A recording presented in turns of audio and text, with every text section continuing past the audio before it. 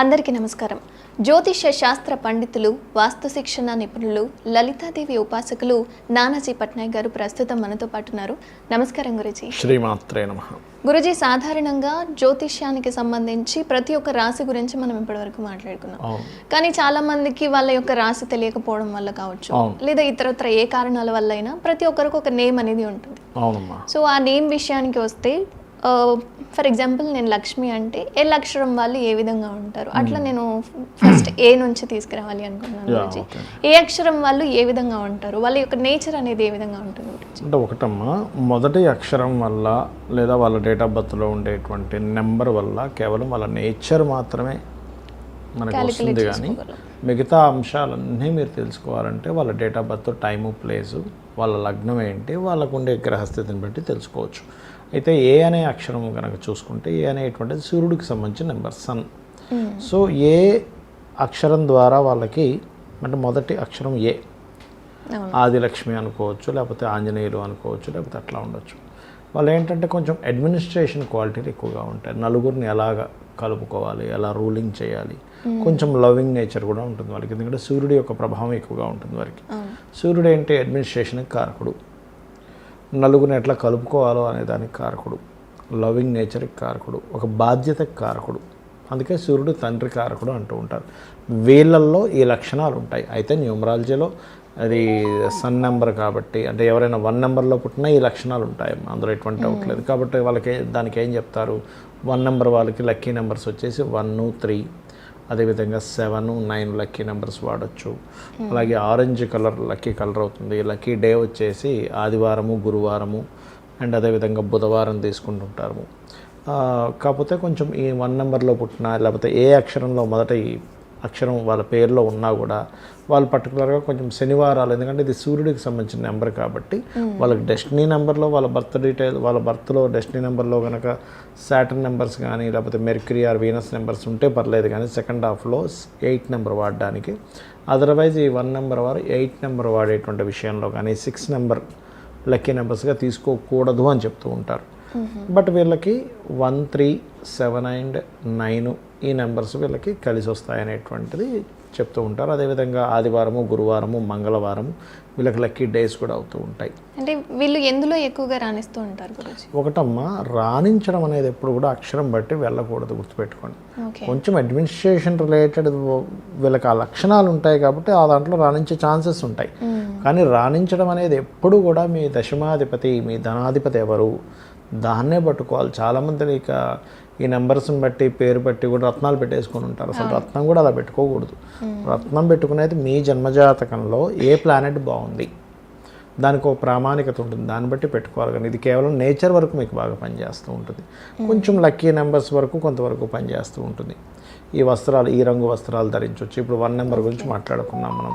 అందులో కొంచెం orange colour, yellowish colours, mixed colours, red colours, magenta colours లాంటివి వాడడానికి బాగుంటుందని కూడా చెప్పొచ్చు మనం. లక్కీ కలర్స్, ఇవన్నీ లక్కీ కలర్స్, లక్కీ డేస్ ఇట్లాంటివి చెప్పుకోవడానికి ఓకే. కానీ కంప్లీట్గా ఈ రంగాల్లో వీళ్ళకి బిజినెస్ చేస్తే బాగుంటుందని కానీ ఇవన్నీ ఏంటంటే మీరు తెలుసుకోవాలంటే మీ జన్మజాతకంలో ఉండే ధనాధిపతి ఎవరు, లేదా లక్ష్మీ స్థాన కారకుడు ఏమైనా ఇస్తున్నాడా, లేకపోతే భాగ్యాధిపతి ఏమైనా ఇస్తున్నాడా, లాభాధిపతి ఏమైనా ఇస్తున్నాడు, వాళ్ళ నలుగురిలో ఎవరు బలంగా ఉన్నారు, ఆ బేస్ మీద చెప్పాలి ఎప్పుడు కూడా. అది ఇక నెక్స్ట్ అక్షరం చూసుకుందాం గురించి. బి వాళ్ళు ఏ విధంగా ఉంటారు? బి వాళ్ళకి కనుక చూసుకుంటే అమ్మ, B is the moon number అంటారు. మూన్ నెంబర్ అంటే ఏంటంటే వీళ్ళు ఎక్కువగా తిరుగుతూ ఉంటారు. బి అంటే ఉదాహరణకి బాలు, లేకపోతే బాలకృష్ణ, లేకపోతే చాలా పేర్లు ఉంటాయి, బృందావన్, ఇట్లా పేర్లు ఎవరైతే ఉంటాయో ఈ పేర్లకి బి పనికి వస్తుంది. అయితే బృందా అని తీసుకునేటప్పుడు మాత్రం ఏమవుతుందంటే ఈ పర్టికులర్ ఈ వర్డ్ ఎందుకు వాడంటే రకారం పలుకుతుంది అక్కడ. మళ్ళీ వర్గు తీసుకునేటప్పుడు రకార వర్గుగా తీసుకోవాలి, బ్రూ అనేది తీసుకునేటప్పుడు బా కంటే కూడా. కాకపోతే భవానీ, భాస్కర్ ఇవన్నీ బా అక్షరం, బి అక్షరం తీసుకోవచ్చు. అయితే ఈ బి అక్షరం కల వాళ్ళకి కొంచెం ఎమోషన్గా ఉంటారు వీళ్ళు. మదర్లీ నేచర్ ఎక్కువగా ఉంటుంది. మదర్లీ నేచర్ అంటే ఎట్లాగా, మనం ఇంటికి వెళ్ళగానే చూడండి, తల్లి ఏంటి మనకి ఏమైనా తిన్నాదా లేదా అని చూస్తారు పిల్లలు, అంతేగాని ఏం తెచ్చారని చూడరు ఉంటుంది తల్లి. అరే వీళ్ళు సన్నబడిపోయారు, ఇంటి ఎక్కడికి వెళ్ళొస్తే సన్నబడిపోయారు అంటే వాళ్ళ రక్షణ, పోషణ, ఆ థాట్స్ ఎక్కువగా ఉంటాయి వీళ్ళకి, బి అక్షరం వాళ్ళకి. అలాగే ఎమోషన్గా ఉంటారు, ఎమోషన్కి కనెక్ట్ అవుతారు. దేనికైనా కానీ కాస్త ఆశ అనేది తక్కువ ఉంటుంది. తక్కువ ఉంటుంది, ఎమోషన్ ఎక్కువగా ఉంటుంది. అలాగే కొంచెం తిరగడం వాళ్ళు, అంటే ఒక దగ్గర కాకుండా ఎక్కువ చరం ఎక్కువగా ఉంటుంది వాళ్ళ లైఫ్, పర్యటించడానికి ఎక్కువ ఇష్టపడుతూ ఉంటారు. ఎక్కువగా ఉంటుంది. అండ్ వైట్ కలర్ వీళ్ళకి లక్కీ నెంబర్ కలర్ అవుతుంది. నెంబర్ వచ్చేసి వీళ్ళకి లక్కీ నెంబర్స్ వచ్చేసి 1 2 3 7 9 నెంబర్స్ లక్కీ నెంబర్స్ అవుతాయి. లక్కీ కలర్స్ కూడా ఏంటంటే పర్టికులర్గా వీళ్ళకి orange colour and white colour, cream and yellowish colours, multi colours and red colours వీళ్ళకి లక్కీ కలర్స్ అవుతాయి. వీళ్ళకి వారాలు కూడా ఏంటంటే సోమవారము పర్టికులర్గా, అండ్ అదేవిధంగా గురువారము మంగళవారం బాగా కలిసి వస్తుంది. వీళ్ళకి కూడా వీలైనంత మటుకు శనివారం అవాయిడ్ చేయడం మంచిది చూసుకున్నట్లయితే. అండ్ అట్లాగే మరొకటి ఏంటంటే ఇక్కడ వీళ్ళకి ఎక్కువ ఎమోషన్స్ వల్లే కొన్ని లాభాలు ఉంటే నష్టం కూడా దాని ద్వారానే ఉంటుంది. వీళ్ళకి శాటర్న్ బాగాలేడు అనుకోండి, వీళ్ళ జన్మజాతకంలో మోసపోతారు కూడా ఎక్కువగా వీళ్ళు, అది కూడా ఉంటుంది వీళ్ళకి చూసుకున్నట్లయితే. అది వీళ్ళ ఐస్ కొంచెం పెద్దగా ఉంటాయని కూడా మనం ప్రిడిక్ట్ చేయొచ్చు 2 నెంబర్ వల్ల. అది ఇక సి అక్షరం వల్ల ఈ విధంగా ఉంటారు. సి అక్షరం అనేటువంటిది జూపిటర్ని ప్రొజెక్ట్ చేసే నెంబర్, అంటే గురుత్వ లక్షణాన్ని చెప్పేది. అందుకని ఏంటి వాళ్ళలో గురుత్వ లక్షణాలు, గైడింగ్ నేచర్స్ ఎక్కువగా ఉంటాయి. అంటే వీళ్ళు ఏ రకంగా అయితే అవతల వాళ్ళని ఎలా గైడింగ్ చేయాలి, వీళ్ళ నుంచి మనం సలహాలు తీసుకోవచ్చు. సి అక్షరంలో అంటే సి అక్షరం మొదటి అక్షరంగా ఉన్న వాళ్ళు కానీ 3 నెంబర్లో పుట్టిన వాళ్ళు కానీ, 3 అంటే నాట్ ఓన్లీ 3 12 21 30 నెంబర్స్ అన్ని 3 నెంబర్ కిందకే వస్తాయి. అయితే ఇందులో మళ్ళీ వేరియేషన్స్ ఉంటాయి.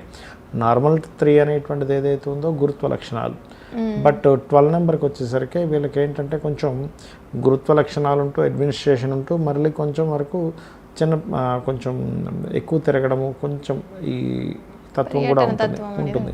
కాకపోతే 12 నెంబర్లు ఎవరైనా పుడితే వాళ్ళు పుట్టినప్పటి నుంచి తల్లిదండ్రులు ఏదైనా ఇంతకుముందు డిస్ప్యూట్స్ ఉంటే అవి క్లియర్ అవుతాయి. 12 నెంబర్లో పుట్టిన వాళ్ళకి, 21 నెంబర్లో పుట్టిన వాళ్ళకి. మళ్ళీ 30 నెంబర్లో పుట్టిన వాళ్ళు ఏంటంటే గురుత్వ లక్షణాలు ఉంటే వాళ్ళు ఎక్కువ ఎక్స్పోజ్ చేసుకుంటారు ఆ లక్షణాలని అందరికీ తెలిసేలాగా, అదొకటి.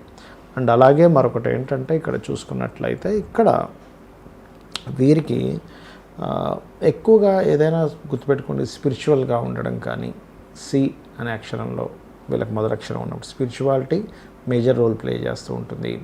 అండ్ అదేవిధంగా కొంత పూజలు పునస్కారాలు ఎక్కువ చేయడం, ఇవన్నీ ఇంకా పేరు కంటే కూడా వాళ్ళ పర్సనల్ చార్ట్లో జూపిటర్ ఎలా ఉన్నాడు, కేతు ఎలా ఉన్నాడు అనేది కూడా తీసుకోవాలి మనం. అలాంటి ప్రభావం ఎక్కువగా ఉంటుంది. అండ్ అలాగే సి నెంబర్లో ఇంకోటి ఏంటంటే వీళ్ళకి పర్టికులర్గా గోల్డ్ రిలేటెడ్ సంబంధించిన వాటి మూలంగా కొంతవరకు, ఎందుకంటే జూపిటర్ గోల్డ్ కారకుడు కాబట్టి. అయితే ఇక్కడ ఏంటంటే ఆస్ట్రో న్యూమరాలజీ అని ఉంటుంది. ఆస్ట్రో న్యూమరాలజీలో మనం కేవలం ఏదో గురుత్వ లక్షణాలు మాత్రమే తీసుకోవడం కాకుండా వాళ్ళ పర్సనల్ చార్ట్లో వీళ్ళు పుట్టిన సమయంలో ఏదైతే గురువు ఎలా ఉన్నాడో దాని మీద బట్టి కూడా పేరు పెట్టుకోవాలి. యాక్చువల్గా ఇప్పుడు మనం ఒక అక్షరం మీద పేరు పెడుతున్నాం అనుకోండి ఎవరికైనా, చిన్నపిల్లలకి, వాళ్ళకి పర్టికులర్గా ఏ ప్లానెట్ బాగుంది. చాలామంది ఏం చేస్తారు, నక్షత్రం బట్టి పేర్లు పెట్టుకుంటారు, కానీ శాస్త్రంలో ఎక్కడ నక్షత్రం పట్టుకొని పేరు పెట్టుకోమని లేదు అసలు. ఎందుకంటే ఇప్పుడు శ్రీరామచంద్రమూర్తి పునర్వసు నక్షత్రంలో పుట్టారు ఆయన, మరి ఆయనకి చిత్తా నక్షత్రం పేరు పెట్టారుగా. రామ అంటే ఎవరు, చిత్తా నక్షత్రం, పేపోరారి. శ్రీకృష్ణ పరమాత్మ రోహిణి నక్షత్రంలో పుట్టాడు, ఆయన కూడా చిత్తా నక్షత్రం పేరు పెట్టారు. మరి అప్పుడు ఇంకా మునులు వాళ్ళందరూ ఉన్నారు, మరి ఆ నక్షత్రంతో పేరు పెట్టాలిగా, ఎందుకు పెట్టలేదంటే అది ప్రామాణికత కాదు, కంపల్సరీ పెట్టాలని రూల్ లేదు. మరి చిన్నప్పుడు లవకుశ పుట్టారు, లవకుశలు పుట్టినప్పుడు కుశలు తగిలినందుకు కుశ అని, అంటే ఆ దర్భలు. ఇప్పుడు రావణాసుడు పేరు పెట్టారు, రవము అంటే గట్టిగా ఏడ్చాడు, అమ్మో చాలా గట్టిగా ఏడ్చాడు, ఇప్పుడు రావణ అని పేరు పెట్టారు. మన నక్షత్రం బట్టి పెట్టాలిగా, పుట్టగానే పెద్దగా రవము అంటే పెద్దగా ఏడ్చాడు కాబట్టి రావణాసురుడు అని పేరు పెట్టారు. అంతేగాని నక్షత్రం బట్టి ఆ పలానా నక్షత్రంలో పుట్టాడు ఈ పేరు పెట్టాలనుందా, లేదు కదా. మరి అసలు అంటే పిల్లలు పుట్టిన దగ్గర నుంచి సాధారణంగా ఏ అక్షరం వస్తుంది ఏంటి అని చెక్ చేసుకొని పేర్లు ఏమేమి వస్తాయి ఆ అక్షరానికి సంబంధించి వెతుక్కొని మరి ఏంటంటే మీ నక్షత్రం మర్చిపోకుండా ఉండడానికి పెట్టడం. పలానా నక్షత్రం మీ పేరు చెప్పగానే మీది పలానా నక్షత్రం కదా అని గుర్తుంచుకోవడానికి పెట్టారు, అంతేగాని శాస్త్రంలో అసలు అలా పెట్టొద్దనే ఉంది. ఇంకా క్లియర్గా చెప్పాలంటే ఇంకా జనాలు ఏంటంటే చెప్పినా సరే వినిపించుకోరు, నాకు ఆ పేరే కావాలంటారు, సరే పెట్టుకోండి అంటాం. అయితే కరెక్ట్గా ఏంటంటే వాళ్ళకి ఏ ప్లానెట్ బాగుంది దాని